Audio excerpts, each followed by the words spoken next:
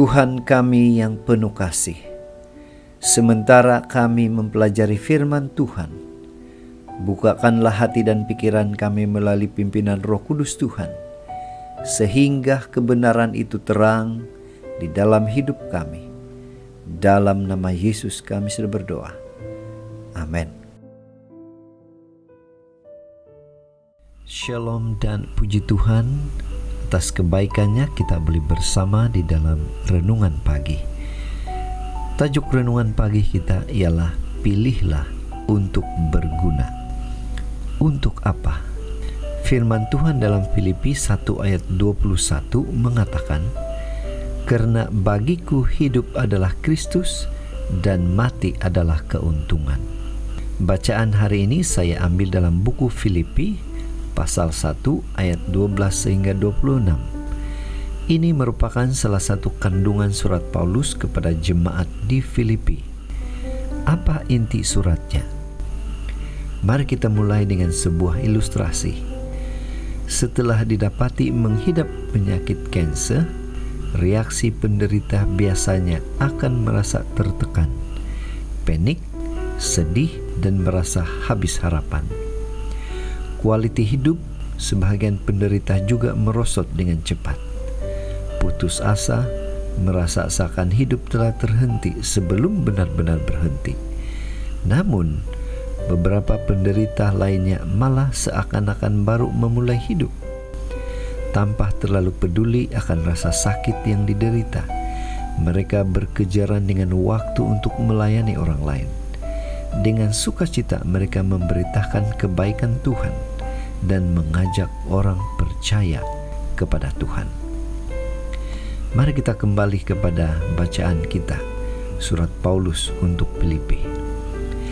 Pada saat Rasul Paulus menulis surat ini kepada jemaat di Filipi, dia berada di dalam penjara. Keadaannya yang di penjara atau tidak baik ini tidak membuatnya berhenti dan lemah semangat untuk menghibur dan menguatkan hati jemaat. Sebaliknya, dia mengajak jemaat senantiasa bersukacita di dalam Tuhan. Pemenjaraannya malah bermanfaat karena kemungkinan berita Injil mencapai istana raja. Tujuan hidupnya sangat jelas, yaitu agar Kristus dimuliakan dalam tubuh, dalam hidup, dan dalam kematian. Paulus tidak terlalu memikirkan berapa lama lagi dia harus hidup menderita di dunia ini, atau bila dia dipanggil pulang oleh Bapa di sorga. Apa aplikasi renungan ini untuk kita? Bagaimana dengan kita? Apakah Anda merasa kecewa dengan kehidupan ini? Apakah Anda pernah terfikirkan untuk segera mengakhiri hidup? Kelemahan dan keterbatasan yang kita alami tidak harus membuat kita kehilangan makna hidup. Mari belajar dan mencontohi Paulus. Dalam susah, dalam ketidakberdayaan kita, atau dalam senang, Kristus boleh dimuliakan. Semoga sisa hidup kita, bahkan juga akhir hidup kita tetap berkomitmen memuliakan Kristus Yesus Juru Selamat kita.